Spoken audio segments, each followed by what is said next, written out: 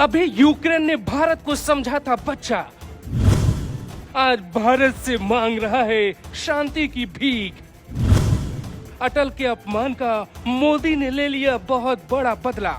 ये बात सालों पुरानी नहीं है, बस 24 साल पुरानी है। तब भारत के हालात भी परमाणु हथियार के मामले में यूक्रेन की तरह ही थे। जैसे आज यूक्रेन के पास परमाणु बम नहीं है, वैसे तब भारत के पास नहीं थी।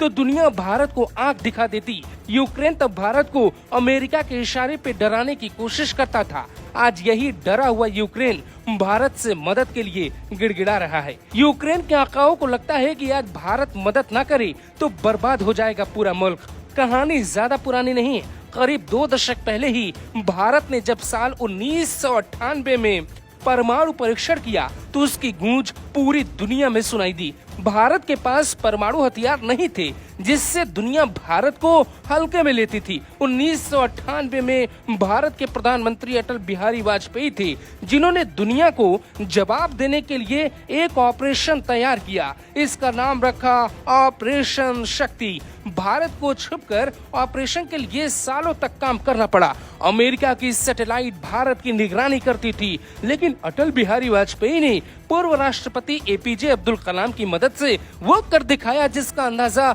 महाशक्तियों को नहीं था। भारत ने गुपचुप तरीके से परमाणु परीक्षण किया। इस सफलता पे अमेरिका बौखला गया। अमेरिका का पालतू यूक्रेन तब उछल रहा था, भारत को आंख दिखा रहा था। तब उसने ऑपरेशन शक्ति के खिलाफ अमेरिका के कहने पर भारत के खिलाफ कैंपेन भी शुरू किया। दुनिया के 25 देश भारत के खिलाफ थे, जिसमें एक देश यूक्रेन भी था।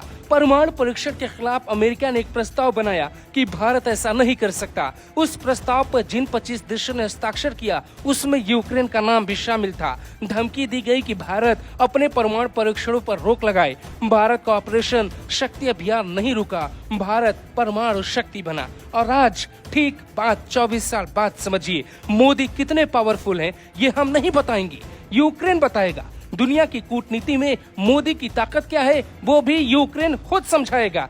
यूक्रेन की सरकार ही नहीं, यूक्रेन की जनता भी मोदी की तरफ क्यों देख रही है ये भी खुद वही बताएगा। उसे उम्मीद है कि संकट के वक्त अगर कोई कुछ कर पाएगा तो वो हिंदुस्तान के शक्तिशाली नेता मोदी ही कर सकते हैं।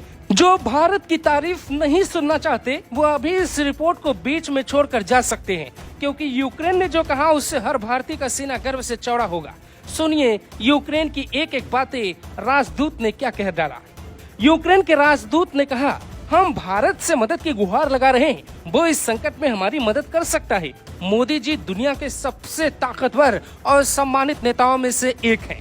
नहीं पता कि दुनिया के कितने नेताओं की पुतिन सुनेंगे, लेकिन मोदी जी से मुझे काफी उम्मीद है।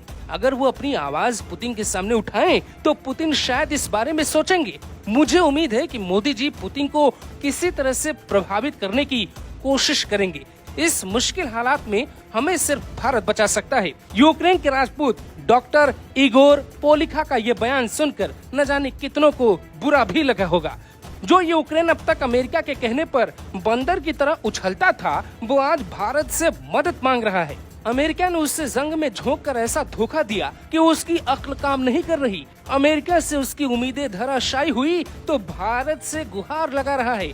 वक्त का क्या गजब फेर है। आगे कहानी में कई और ट्विस्ट है, सुनिए।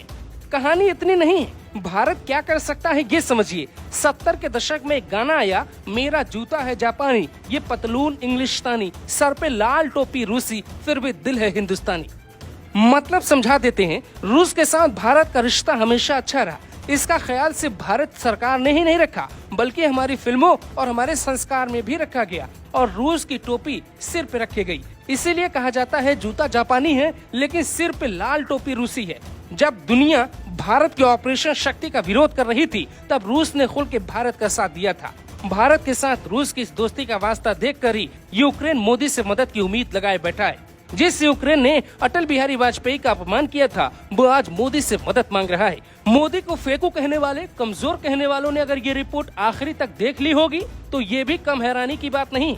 वो अपनी बीपी चेक करवा ले, लेकिन ये तो गारंटी है देश पे गर्व करते हैं तो उन राष्ट्रभक्तों का सीना और फूल गया होगा, क्योंकि दुनिया भर की निगाहें भारत पे हैं और दुनिया भर के देश भारत की तारीफ कर रहे हैं। तारीफ मोदी की हो तो भी हिंदुस्तान की होगी, और हिंदुस्तान की हो तो हर हिंदुस्तानी की होगी। Bureau report, global Bharat TV.